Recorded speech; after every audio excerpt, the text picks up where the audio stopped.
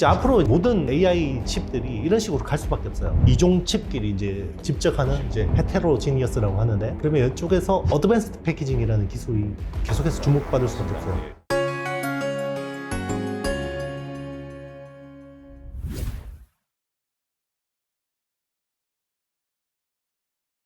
예, 안녕하세요. 예, 매경 자이언트 TV의 안갑성 기자입니다. 삼성전자를 시작으로 이제 반도체 IT 기업들의 2023년도 1분기 실적 발표 시즌이 본격화되고 있는데요. 올해 주식시장 솔직히 배터리 없으신 분들 아쉬울 겁니다. 그런데 배터리 없으신 분들 실망하시면 안 됩니다. 반도체 IT 주식에도 본격적인 뭔가 물이 들어오고 있는 느낌인데요. 10년간 IT 산업을 파고드실 IT의 신 이영수 HSL 파트너스 대표님 모시고 말씀 나눠보겠습니다. 안녕하세요. 네, 안녕하십니까?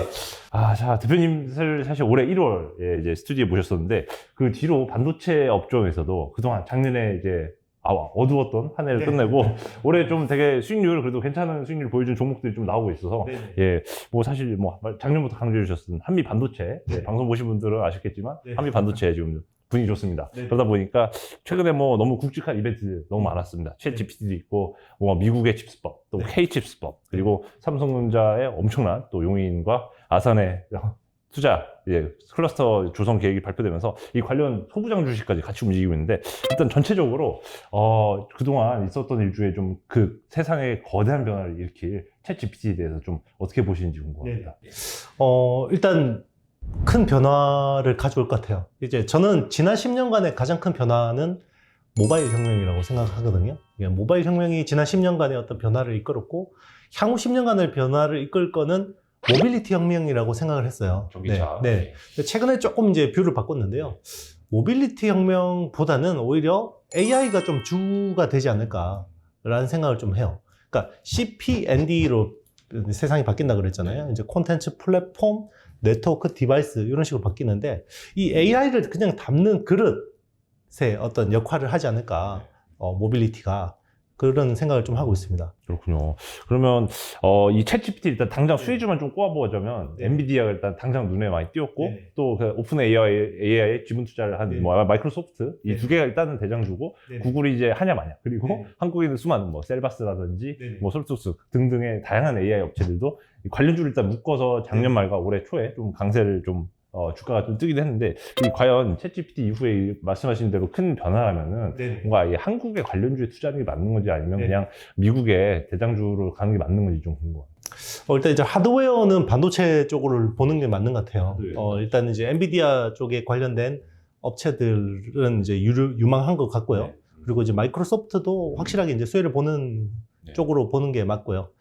그런데 이제 국내에 어떻게 보면 이제 어플리케이션 모델들, 이제 AI 업체들은 좀 약간 거품이 있는 것 같습니다. 제 개인적인 생각으로는. 왜냐면, 예전에 있잖아요. 피처폰에서 스마트폰으로 바뀌었을 때, 같은 휴대폰이잖아요. 그런데 피처폰 때 있던 서플라이 체인이 스마트폰으로 못 들어간 경우가 되게 많았었어요. 근데 지금은 이제 AI라는 어떤 기술 자체가 사실 GPT가 메인스트림이 될 줄 잘 몰랐던 거죠. 그렇죠. 네. 왜냐면 GPT 1, 2가 나올 때까지 별로 임팩트가 없었거든요. 이게 3부터 이게 챗 GPT라는 게 확 붐업이 됐기 때문에 지금은 굉장히 급하게 뭔가 진행이 되는 상황이고, 그래서 사실 수혜주들이 그렇게 많지가 않아요. 아직까지는.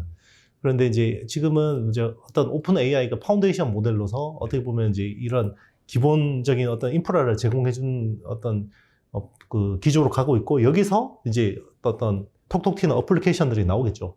이제 거기서 뭐 앵그리버드 같은 업체들이 나올 수도 있는 거고, 이제 그런 것들을 좀 지켜봐야 되는데, 기존에 어떻게 하던 업체들은 사실은 약간 좀 크게 관련이 없는데도 불구하고 좀 이제 많이 좀 주가가 과도하게 올랐던 측면도 있습니다.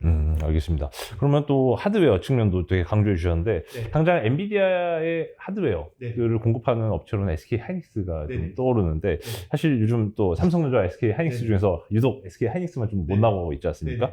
이 최근에 이런 차별화가 뭐 일단 크게는 당장은 뭔가 미중 갈등 심화와 또 중국의 팹 비중이 높은 SK 하이닉스의 좀 이 공매도나 이런 게 좀 집중되기도 했는데, 이 두 개 그 대장주에 대해서는 좀 올해 상반기 좀 전망 어떻게 보세요?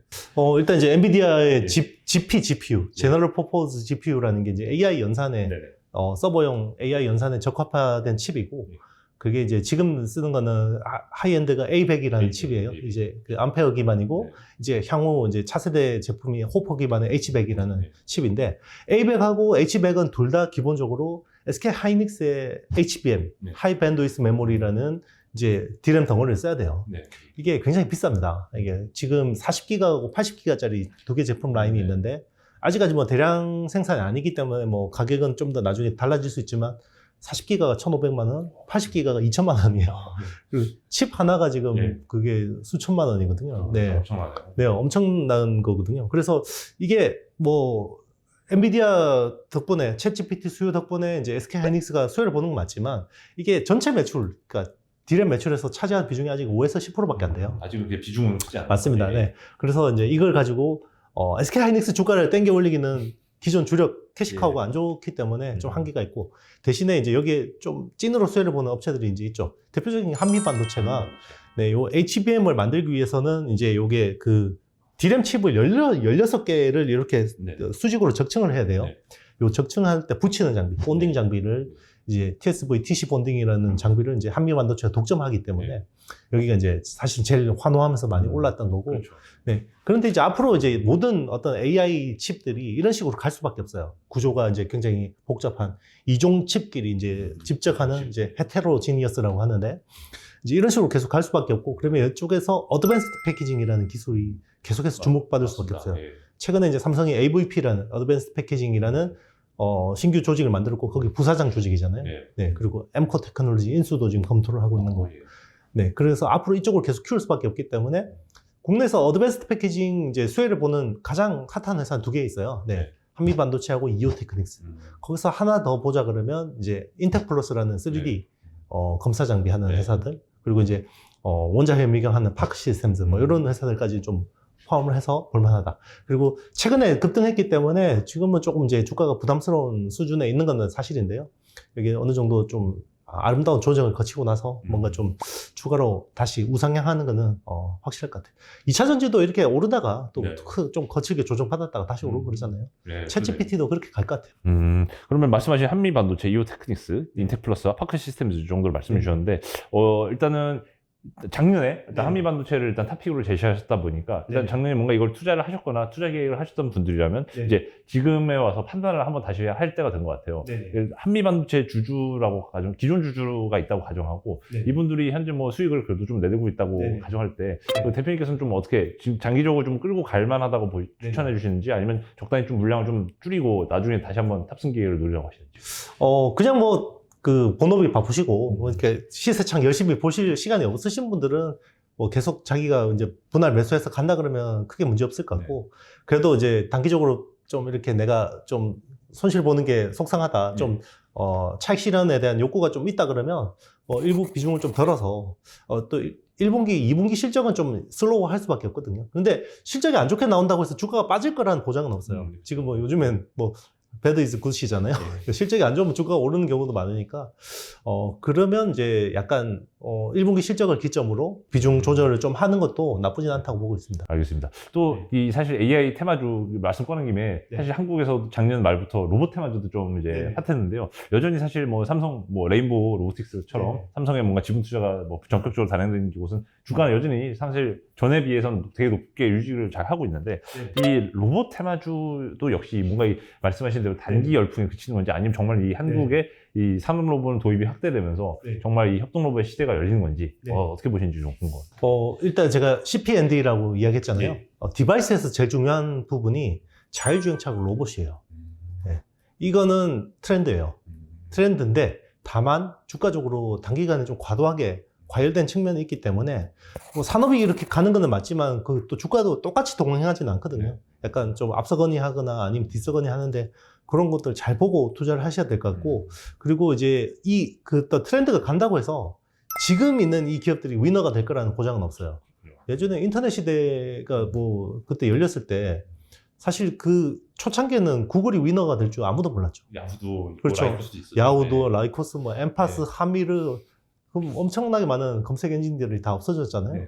결국 지금은 이제 국내는 네이버 그리고 뭐 그렇죠. 해외는 구글 뭐 이런 식으로 재편되기 때문에 그 기술 방향이 맞다, 트렌드가 맞다고 해서 지금 내 가지고 있는 주식이 100% 확실하다는 보장은 없기 때문에 너무 비싸면 네, 좀 너무 조심해서 매매하는 게 좋지 않을까 생각합니다. 지난번 방송에서도 대표님께서 아무래도 감속기, 로봇도 네. 감속기 쪽도 좋게 보시면서 SPG라든지 이런 네. 정보도 말씀해 주셨는데 이 로봇 감속기 쪽은 좀 여전히 네. 비전이 괜찮다고 보시나요? 그때보다 많이 올랐죠. 네. 많이 올라서 저는 이제 일단은 비싼 건 별로 안 좋아합니다. 그래서 다시 또 이렇게 싸고 경쟁력 있는 회사들을 좀 이제 발굴하는 노력들이 예. 필요하지 않나 생각합니다. 예. 그러면 좀 다음 질문으로 좀 넘어가려고 하는데 사실 이 대표님께서 또 3프로 등 다양한 방송에서 이제 미국의 칩스법 통과하면서 네. 이게 거의 한국의 반도체 산업을 옥죄는 제2의 미일 반도체 협정의 재현이다 이렇게 강조를 해주시면서 사람들이 진짜 많이 걱정을 해주시고 그거 덕분인지 몰라도 한국에서도 이제 반도체 산업을 진흥하기 위한 K-칩스법이 통과되면서 네. 이 분위기가 또 어쨌든 그렇게 나쁘진 않다 네네. 쪽으로 이제 온 것 같아서 네. 이 실제로 이제 반도체 업종을 많이 보시는 입장에서 네. 이 미국의 칩스법 그리고 네. 이후의 K-칩스법과 이후 잇따른 삼성의 투자 발표 이런 게 좀 일련의 흐름을 통해서 뭔가 투자 포인트를 좀 네. 투자자들이 많이 관심을 가져야 될 부분이 있다면 어느 네. 점이라고 보시나요? 일단 이제 미국 칩스법은 생각보다 너무 안 좋게 나왔죠. 뭐 이제 이공유제 이야기 나왔고 기술 유출에 대한 우려도 나왔고 그리고 중국에 대한 가드레일 조항 뭐 이런 것들이 나왔기 때문에 주가적으로 좋을 게는 없죠. 근데 그게 이제 프라이싱이 어느 정도 돼 있는 상황에서 전화위복이라고 해서 좀 생각지 않았던 호재가 나왔죠. 그게 이제 K-칩스법이 여야 합의로 통과가 됐고 예. 사실 그 전까지만 해도 통과되는 분위기가 아니었거든요. 맞습니다. 이게 또 뭐, 국회에서 또 표류하다가 또 무산되는가 보다라고 했었는데, 이게 또 미국의 어떤 그 독소 조항 때문에 오히려 통과돼서 세공제를 받게 된 측면이 있죠. 지금 이제 대기업 같은 경우는 8%에서 이제 15%까지 높아졌고, 예. 그리고 이제 중소기업 같은 경우 16%에서 25%까지 네. 세공제를 받게 되기 때문에 좀 큰 어떤 마중물 효과가 될 수 있을 거라고 보고 있고요. 그리고 용인 반도체 클러스터 같은 경우는 미국에 대한 압박 성격이 있어요. 네. 왜냐하면 삼성이 미국에 투자하기로 한 금액이 250조예요. 네. 이제 테일러, 오스틴. 네네. 네. 거기에 이제 향후 7공장, 8공장까지 뭐 네. 계획이 있었던 걸로 알고 있는데 그 250조 투자하기로 이제 그 지역 지자체하고 MOU까지 했었고. 맞아요. 용인에 300조를 20년 동안 투자한다 그랬잖아요. 네. 그러면 560조를 다 투자할 수가 없죠. 550조를. 네. 그러면 그게 뭔 말이냐면 미국 정부가 계속해서 칩스법처럼 저런 식으로 해서 우리를 어떻게 보면 억압을 하면 반대급부로 그럼 국내 투자를 늘리겠어라는 거예요. 그거를 이제 아마 바이든 대통령도 알고 있을 거예요. 그래서 이번에 약간 뭔가 미국 정부가 약간 양보해주는 어떤 모양새들이 나오는 것도 사실상 그런 효과가 있다고 보고 있고요. 근데 또 미국은 녹록하지 않죠. 호락호락하는 상대가 아니에요. 그래서 이걸 가지고 뭘 가지고 공격할까? 라고 생각해 보면 결국 그 ESG, 아리백, 탄소 중립하고 아리백 가지고 아마 한국을 압박할 가능성이 높아요. 네. 왜냐면 아리백을 하려면 우리나라에서 신재생 에너지로 지금 반도체 팹을 돌려야 되는데 우리나라 신재생 에너지 조달 비중이 엄청 낮거든요. 네. 네. 인도보다 낮거든요. 네. 그러니까 이거를 뭐 만약에 300조 투자를 어떻게 하냐 이제 그런 것들이 있기 때문에 만약에 그런 이슈들이 또 요즘에 뉴스가 조금씩 나오고 있는데 네. 그러면 또 이제 신재생 에너지 관련주들 태양광이라든지 뭐 이런 관련주들이 한번 움직일 수 있다고 보고 있고요. 그러니까 이제 악재는 악재죠 우리 산업에. 그런데 이제 또 그걸로 인해서 또 떠오르는 테마들이나 모멘텀들도 있다라는 거죠. 네. 안 그래도 사실 당장 뭔가 4월 26일 이제 이 방송이 이제 그 전에 뭔가 해제된다는 걸 전제 말씀드린 건데 4월 26일에 예정된 한미 정상회담에서도 네. 이 마찬가지로 이 기업 총수도 이제 대통령과 같이 넘어가면서 네. 마찬가지로 미국의 그 칩스법에 대한 양보에 뭔가 네. 독소 조항에 대한 협의가 이루어질 거라고 당연히 기대를 하기 마련인데 네. 뭔가 그 이후 이벤트에서 뭔가 좀 네. 변수가 좀 확실히 발생할 것 같다고 보시나요? 일단은 뭐 기대하는 부분은 일단 이제 그 미국이 중국 투자에 대한 부분을 장비 반입에 대한 네. 걸 1년 유예를 해줬는데 그게 올 10월에 끝나요. 네. 추가 1년 유예 받는 게 굉장히 중요합니다. 네. 그러니까 약간 이런 것도 있어요. 약간 음모론적이긴 예. 한데요. 이제 그 에치슨 라인이라고 네. 이제 미국이 그 어떤 동맹국들의 안보 라인이 있잖아요. 네. 그 반도체를 기반으로 한 신 에치슨 라인이 있는데 그 어떻게 보면 중국에서 그 어떤 반도체 기업들이 철수하는 거는 예. 미국 기업도 똑같이 맞았고 대만도 맞았고 우리나라도 맞았는데 약간 우리나라한테는 오히려 배려를 하는 듯한 모습을 보였죠. 1년 유예를 해주고. 근데 미국 기업들한테는 그런 거 없었죠. 그러네요. 그런데 미국 기업들은 너무 스무스하게 잘 나온다는 생각이 안 들어요. 그러네요. 네. 원래 우리도 같은 혜택을 한국 기업과 줘라 이렇게 할 수 있는데요. 그렇죠. 예. 그러니까 사전에 아마 기뜸을 했을 거라는 추정이 있는 거죠. 그러면 이제 여기 신에치슨 라인에서 우리나라 반도체가 배제가 된 건가? 라는 이제 걱정이 되는 거고. 사실 이제 그러면 기업은 그렇거든요. 뭔가 시간을 주면 대응을 할 수 있는데 뭔가 갑자기 일어나 버리면 그걸 다 두들겨 맞아야 되는 거예요. 사드 사태처럼. 그래서 이제 이게 이제 의미하는 바는 정말 대미 외교를 잘해야 된다. 예. 네. 그리고 어떤 로비를 잘해야 된다. 네. 그리고 미국 정계에 우리의 어떤 이익을 대면할 수 있는 그런 어떤 네트워크와 어떤 힘들을 만들어 놓는 게 필요하다 이런 생각이 듭니다. 아무래도 이제 중국에 발뺄 시간을 좀 충분한 시간을 좀 달라 네네. 이런 식으로 이제 미국의 로비를 하는 게 또 네. 미국 로비 합법화된 또 맞습니다. 미국 의회를 합법입니다. 대상으로 네. 하는 게 필요하다 말씀 주셨는데 네.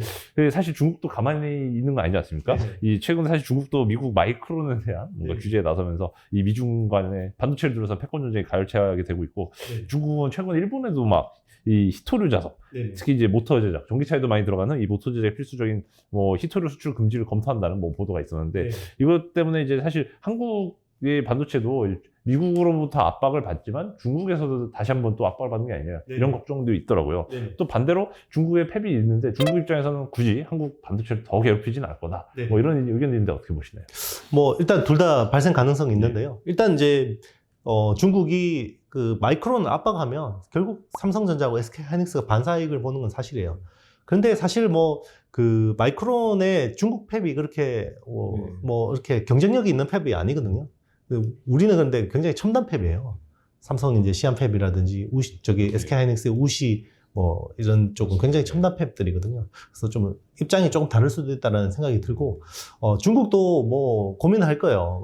메모리라는 건 반드시 필요한 건데 전자제품을 만들기 위해서 필요한 건데 마이크론을 만약에 뭐 계속해서 뭐 압박을 해서 뭔가 이거를 누른다 그러면 결국 우리나라 제품을 또 쓸 수밖에 없는데 또 우리나라 같은 경우도 또 똑같이 미국한테 동조를 해서 중국에 대해서 약간 봉쇄를 하는 입장이기 때문에 굉장히 뭐 이게 쉽지 않은 판단일 거라 생각이 들고 제 개인적으로 생각으로는 오히려 좀 으름장 차원이 아닐까. 왜냐면 중국 국민들이 보기에는 인민들이 보기에는 우리가 계속 미국한테 당하는 것 같은데 우리가 상응한 조치가 별로 약하다. 네. 그러면 이제 오히려 지도자에 대한 불신이나 이런 부분이 생길 수 있기 때문에 약간 그냥 보여주기식, 그렇군요. 네, 실효성을 보고 하는 정책이라기보다는 좀 보여주기식 같은 느낌이 있어요. 네.